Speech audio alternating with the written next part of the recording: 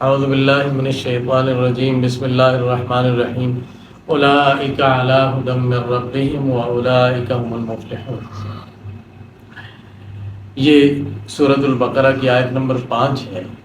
اللہ تعالیٰ نے اس سے پہلے کی آیات میں 3 آیات میں متقین کی صفات ذکر کی، جن کی تفصیل ہم پچھلی ویڈیوز میں کر چکے ہیں۔ اس آیت میں فرمایا کہ وہ لوگ جن میں یہ صفات پائی جاتی ہیں یہ اپنے رب کی طرف سے ہدایت پر ہیں۔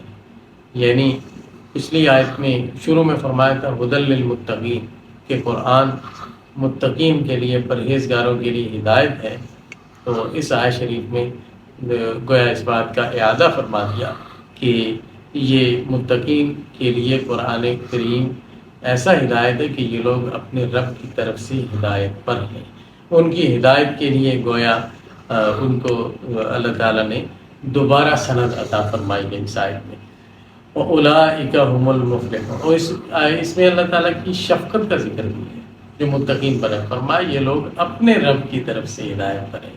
اس جملے کا لطف اہل محبت محسوس کر سکتے ہیں کہ جب اللہ تعالیٰ کسی کو اپنا کہے اور یہ کہے میں ان کا رب ہوں اور یہ لوگ میری طرف سے ہدایت پر ہیں، تو یہ گویا انعام پر انعام ہے متقین کے لیے اس آیت کے اندر۔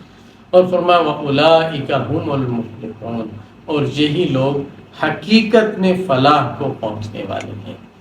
فلاح کیا ہے؟ فلاح عربی زبان میں کہتے ہیں کہ انسان کی کوئی بھی خواہش ایسی نہ ہو جو پوری نہ ہو۔ انسان کی ہر خواہش پوری ہو جائے، ہر چھوٹی بڑی خواہش، ہر چھوٹی بڑی ضرورت، ہر چھوٹا بڑا تقاضا، ہر من چاہی مراد ملے، اور کوئی ایک بھی ایسی چیز یا واقعہ جو اسے ناگوار ہو وہ پیش نہ آئے۔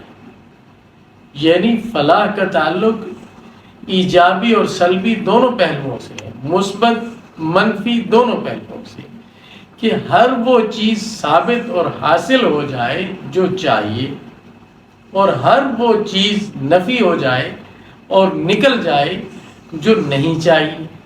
ہر ناگوار چیز کی نفی ہو جائے اور ہر تقاضا پورا ہو جائے، اسے فلاح کہتے ہیں۔ اس اتنے وسیع لفظ کے لیے جو اپنے اندر اتنے وسیع معنی رکھتا ہے، اس کے لیے اردو میں کوئی لفظ ہے نہیں جو اتنے بڑے معنی ادا کر سکے۔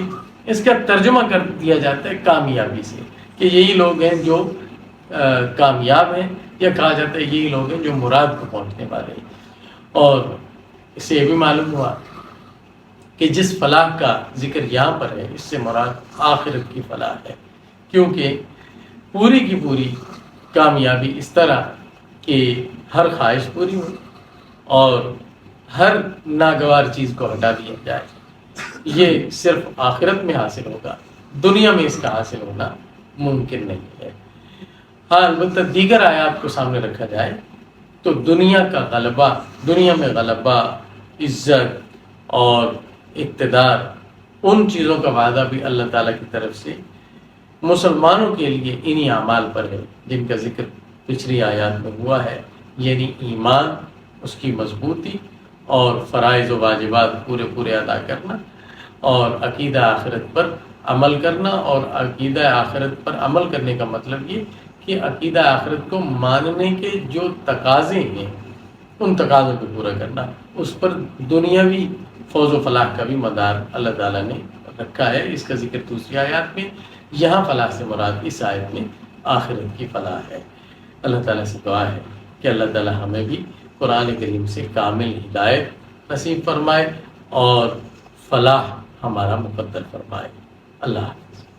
فرقہ واریت سے بالاتر اور خالصاً قرآن و سنت کی زبان میں قرآن کریم کو سمجھنے کے لیے ہمارے چینل کو سبسکرائب کریں۔